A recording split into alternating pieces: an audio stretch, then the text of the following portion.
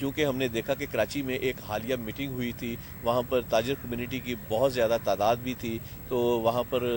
قمر جاوید باجوہ صاحب خصوصی طور پر تشریف لے کے گئے تھے، تو وہاں پر ڈسکشن ہوئی، ڈبیٹ ہوئی، انہوں نے اپنے آئیڈیاز شیئر کیے۔ اب اس وقت ان لوگوں کی اسلام آباد میں، پنڈی میں ضرورت ہے، وہ آ کے اس معاشی جو کرائسس آگے ہم دیکھ رہے ہیں آنے والا ہے، کیونکہ IMF کے پاس، ورلڈ بینک کے پاس جانا یہ ایک روایت بن گئی ہے، اور ہمیں شرم آتی ہے کہ ہم کشکول لے کر بھاگے پھرتے ہیں دنیا سے، کیونکہ ہمارے اپنے ملک میں اتنے وسائل ہیں۔ تو چونکہ حکمرانوں کی بات کریں تو انہوں نے مسائل پیدا کیے، ان مسائل کی وجہ سے وہ وسائل ہماری آنکھوں سے اوجھل ہیں، تو ان کی طرف ہمیں کام کرنے کی اشد ضرورت ہے۔ ہمیں ان کے لیے کیا حکمت عملی کرنی ہوگی؟ اس وقت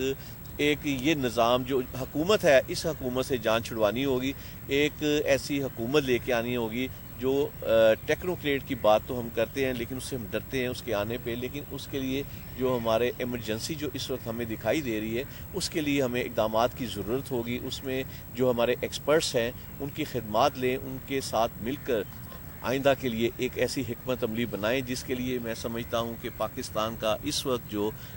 مشکل ٹائم ہے، اس میں ہمارے جو تاجر کمیونٹی ہے، اور اس نے خصوصی طور پر سندھ کے اندر، کراچی کے اندر جیسے کہ یقین دلایا کہ ہم اس میں اپنا جو پارٹ بنیں گے، اس میں اصلاحات کے لیے بھی بات کی ہے، انہوں نے اپنے آئیڈیاز کے لیے بھی بات کی ہے کہ ہم باقاعدہ ہم آ کر GHQ میں ملاقات بھی کرتے ہیں، اور وہاں پر ہم جو بھی ہماری کاوش ہوگی، جو کمیونٹی ہے وہ تو یقیناً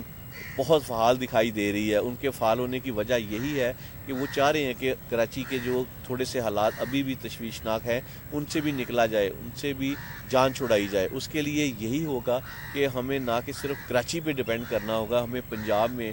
KPK میں، بلوچستان میں، جہاں جہاں ہمارے تاجر بھائی دیکھ رہے ہیں، سن رہے ہیں، ان کو بھی اسی طرح ایک ایکٹیویٹی جنریٹ کرنی ہوگی۔ چیمبرز ہمارے پورے ملک میں کام کر رہی ہیں، LCCI chamber of commerce and industry, ان سے بھی میں ریکویسٹ کرتا ہوں وہ بھی جو اپنا کردار، مؤثر کردار ادا کریں، چونکہ پاکستان کو اس وقت بہت زیادہ کرائسس ہے۔ اس کرائسس میں ہم نے سب نے مل کر چلنا ہے اور پاکستان کو اوپر لے کے جانا ہے، اگلی طرف لے کے جانا ہے۔ اس کی جو اس وقت خطرناک صورت حال ہے، اس سے بچنے کے لیے ہمیں ایک ٹیم کی صورت میں مل جل کر کام کرنا ہوگا، خواہ وہ نہ کہ بزنس کمیونٹی ہے، ہمارے جو اینکر حضرات ہیں، اس کو بھی ہائی لائٹ کرنے کی ضرورت ہے، تاکہ خدا نہ خواستہ ہم کہیں کسی غلط فہمی کا شکار نہ ہو، غلط فہمی کے اندر رہیں تو اسی غلط فہمی میں کوئی خدا نہ خواستہ بڑا کرائسس آ جائے۔ چونکہ پہلے ہمارا مشرق کی طرف ہمارے جو ملک کے حالات خراب ہمیں دکھائی دیتے تھے، چونکہ بھارت ہمارا ایک کھلا دشمن ہے جو ہمیشہ ہماری مخالفت اور ہمیں نقصان پہنچانے کے لیے کوشش کرتا ہے، کرتا رہے گا، تو ہم نے اس وقت جو مغرب کی طرف بھی جب دیکھا تو وہاں پر بھی ہمیں تشویش دکھائی دی۔ وہاں پر ایک نیا ٹرائنگل جو دکھائی دیا ہے، اس میں امریکہ، بھارت، افغانستان مل کر اس وقت جو پنجے جو ہے تیز کر رہے ہیں، اس کے لیے ان کی کوئی نیکسٹ کیا اسٹریٹجی ہوگی، اس سے ہم نے بچنے کے لیے اپنے پلانس بنانے ہوں گے، اپنی حکمت عملی بنانی ہوگی۔ پاکستان کو بہتری ڈائریکشن کے لیے ہمیں اپنی ایفرٹس کی ضرورت ہے۔ اپنے جو ہمسائے ہیں، ہم یقیناً یہی چاہتے ہیں کہ ان کے ساتھ ہم مل کر چلیں تاکہ اس خطے کے جو کرائسس ہیں اس کو ہم ختم کر سکیں۔ تو اس کے لیے نہ کہ صرف پاکستان کو ہی کرنا ہے،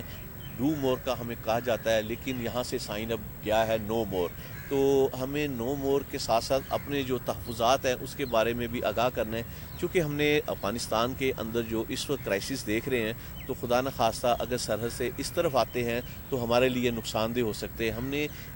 وہاں پہ ان کو روکے رکھنا ہے، اس کے لیے ہم نے وہاں پر بہتری لانے کے لیے ہم نے کیا کرنا ہے، ہمیں امریکہ کے ساتھ بھی ایک دوستی کا انوائرمنٹ رکھنا ہے، ہم نے اختلاف نہیں کرنے، کیونکہ ابھی حالیہ واقعات کی وجہ سے زیادہ تشویش ہمیں دکھائی دی ہے کہ بارڈر سیکیورٹی کے لیے انہوں نے تقریباً ہمیں جو ہیلی کاپٹرز دیے تھے نگرانی کے لیے، کیونکہ میں نے کل دیکھا کہ وہاں پر امریکہ سے ایک ان کا طیارہ آیا جو ہیلی کاپٹرز ہمیں سیکیورٹی پرپز کے لیے پرووائڈ کیے گئے تھے، وہ انہوں نے وہاں سے ہمیں جو میسج بھی دے دیا تھا کہ ہم واپس لے کر جائیں گے، تو کل آئے وہ اپنے ہیلی کاپٹرز انہوں نے واپس لیے اور اپنے امریکہ کی طرف روانہ ہو گئے۔ اس کے ساتھ یہ ایک پیغام ہمیں نیکسٹ جو سینیریو بننے جا رہا ہے اس کی طرف ہمیں جھانکنا چاہیے، دیکھنا چاہیے کہ وہ کیا ہے۔ اگر بھارت کے ساتھ امریکہ کا اس وقت گٹھ جوڑ بہت نمایاں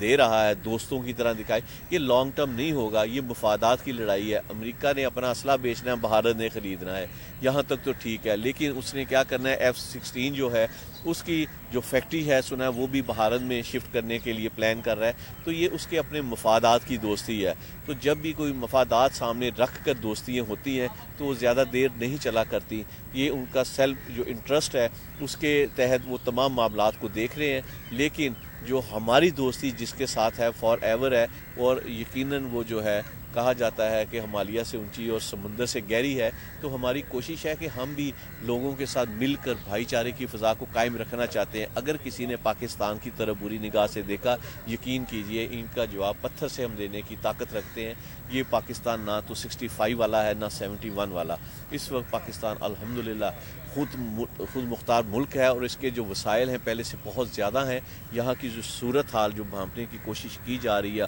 اور خصوصاً جو اس وقت ایجنڈا ہے اس پہ جو کام ہو رہا ہے، تو وہ اسے شاید کامیاب نہ ہو سکیں گے۔ اس کے لیے میں یہ بھی بتاتا چلوں کہ پاکستان اس وقت جو اپنے دفاع کے حوالے سے ایک خطے کے اندر بہت طاقتور ملک اس وقت ہے، اور انشاءاللہ ہمیں اتنے خطرات جتنے باہر سے بھی دکھا دیتے ہیں اس کے پیش نظر ہمیں ملک کے اندر سے بھی کچھ لوگوں کی وجہ سے پرابلمز آتی ہیں، ہمارے اداروں کو پرابلمز آتی ہیں، اس کے لیے ہمیں اپنے اندر سے جو گند ہے اس کو صاف کرنا پڑے گا۔ اس کے لیے ایسی حکمت عملی احتساب کا عمل وہ اس کو لے کر آنا پڑے گا۔ جب تک احتساب نہیں ہوگا، بے رحم احتساب نہیں ہوگا، ملک میں بہتری نہیں آ سکتی۔ ان لوگوں سے جو ہے ہمیں اس کو یہاں سے نکالنا ہوگا، ان کے لیے پلان کرنا ہوگا، جو جیسے ہم نے وزیرستان اور دیگر جو اس کے ملحقہ علاقوں میں ہم نے وہاں پر طالبان کا جو وہاں بہت حد تک کنٹرول تھا ختم کر دیا، اب وہاں پر ایسی صورتحال نہیں، اکے دکے جو ہیں وہ بھی تقریباً انشاءاللہ موو کر گئے ہیں، مزید لوگ چلے گئے ہیں جو سرحد کے پار افغانستان میں چلے گئے ہیں، لیکن بارڈر لائن کے پاس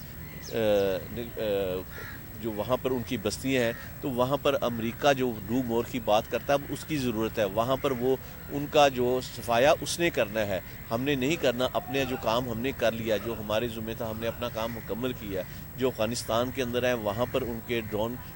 جو وہاں پر اپنا وہ جو اپنی حکمت عملی کے تحت کام کرتے ہیں، تو اس سے ان کا خاتمہ کیا جا سکتا ہے۔ جو بات کریں ہم وہاں کی حکومت کی، تو وہاں کی ایک پپٹ حکومت ہے، اس کے لیے انہیں وہاں پر اپنے جو معاملات ہیں خود دیکھنے ہوں گے۔ ہم نے ماضی میں بہت کوشش کی ہے، مری میں، اسلام آباد میں، قطر میں جا کر جہاں جہاں ہماری کوشش ہوئی ہے کہ ہم نے وہاں پر ان کو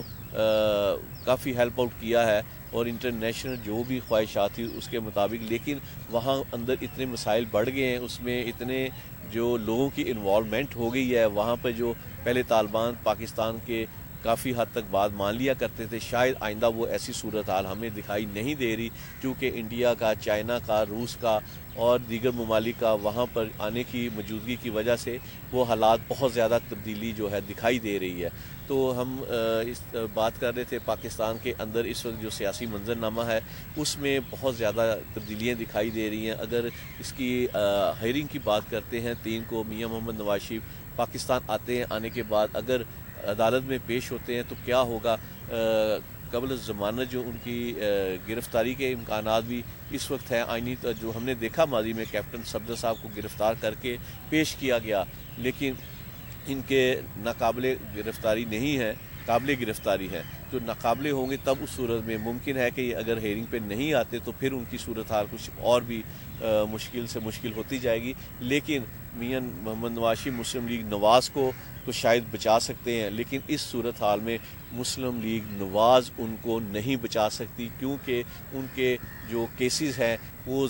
اس وقت منہ کھولے ان کا انتظار کر رہے ہیں، چونکہ ان کو نااہل کیا گیا ہے، جس گراؤنڈ پہ کیا گیا ہے اس کے اثرات آگے بھی ان کے فیملی خاندان پر بھی دکھائی دے رہے ہیں۔ اگر حدیبیہ کیسز کی بات کروں تو وہ بھی کھلنے جا رہا ہے، اور اس کے ساتھ ساتھ دیگر معاملات بھی بہت تیزی سے ہمیں دکھائی دے رہے ہیں۔ تو یہ ایک پاکستان کا جو سیاسی منظرنامہ ہے، جو پکچر ہے، اس بہت بلیک اینڈ وائٹ تھی، یہ کلرفل ہوتے ہوئے دکھائی دے رہی ہے، نئے رنگ روپ اس کے اندر آئیں گے، اس میں بہت چینجز بھی ڈرامائی آئیں گی، لیکن اس کے لیے پاکستان کے بہتری کے لیے اداروں کا ساتھ دینا ہوگا۔ قوم آلریڈی ان کے ساتھ کھڑی ہے، کیونکہ اس وقت جو بے رحم اعتصاب کا سلسلہ چل نکلا ہے یہ یقیناً اپنے منطقی انجام کی طرف جائے گا اور یقیناً آنے والا وقت پاکستان کا بہترین وقت ہوگا، لیکن اس سے پہلے جو ہے ہمیں بینگ اے نیشن ہمیں اپنے ایسے اقدامات کی ضرورت ہے کہ پاکستان کے ان کرائسس سے نکلنے کے لیے ہیلپ آؤٹ کرنا پڑے گا، اپنے اداروں کے ساتھ ہمیں پورا کوارڈینیشن کی ضرورت ہے۔ تو آج ہم نے کوشش کی ہے کہ جنرل ہم ڈسکشن کریں، تو آئندہ ہم اپنے کالمز کے حوالے سے آپ کو بتائیں گے کہ ماضی میں جو ہم نے کالم لکھے ہیں جو کامرانیہ کے نام سے میرے پبلش ہوتے تھے مختلف اخبارات میں، تو میں کوشش کروں گا کہ اپنے کالم کی ڈیٹیز جو ڈیٹ وائز ہم نے اس کو لکھا تھا اس کو ہم ہائی لائٹ کریں گے کہ میں نے 2 سال یا 3 سال پہلے کیا لکھا تھا اور آج کا سیاسی منظرنامہ اس کے مطابق دکھائی دے رہا ہے۔ تو آج کے سیگمنٹ سے اپنے میزبان علی کامران ڈھلو کو اجازت دیجیے گا، انشاءاللہ دوبارہ پھر آپ سے ملاقات ہوگی۔ تھینک یو، اللہ حافظ۔